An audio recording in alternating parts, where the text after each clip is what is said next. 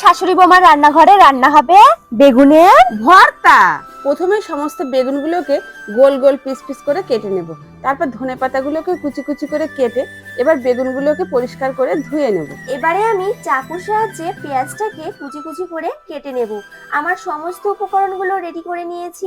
এবারে পরিমাণ মতন লবণ আর হলুদ দিয়ে বেগুনগুলো মাখিয়ে নিলাম। কড়াইতে দিয়ে দিলাম পরিমাণ মতন সর্ষের তেল। তেলটা গরম হয়ে এলেই কয়েক টুকরো শুকনো লঙ্কা ভেজে নিলাম। ঠিক সেম ভাবেই কয়েক টুকরো রসুনের কোয়া লালচে ভাব করে একটা পাত্রে তুলে নিলাম।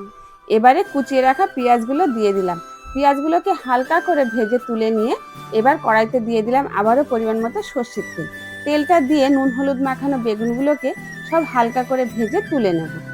তারপর ভেজে রাখা লঙ্কাটার সঙ্গে নুন দিয়ে ভালো করে মেখে নেব। এবার ভেজে রাখা রসুনটা, ভেজে রাখা পেঁয়াজটা সমস্ত একসঙ্গে মেখে নিয়ে খোসা বাদ দিয়ে বেগুন ভাজাগুলো একসঙ্গে মেখে নেব। তারপরে দিয়ে দেব পরিমাণ মতো কাঁচা সর্ষের তেল।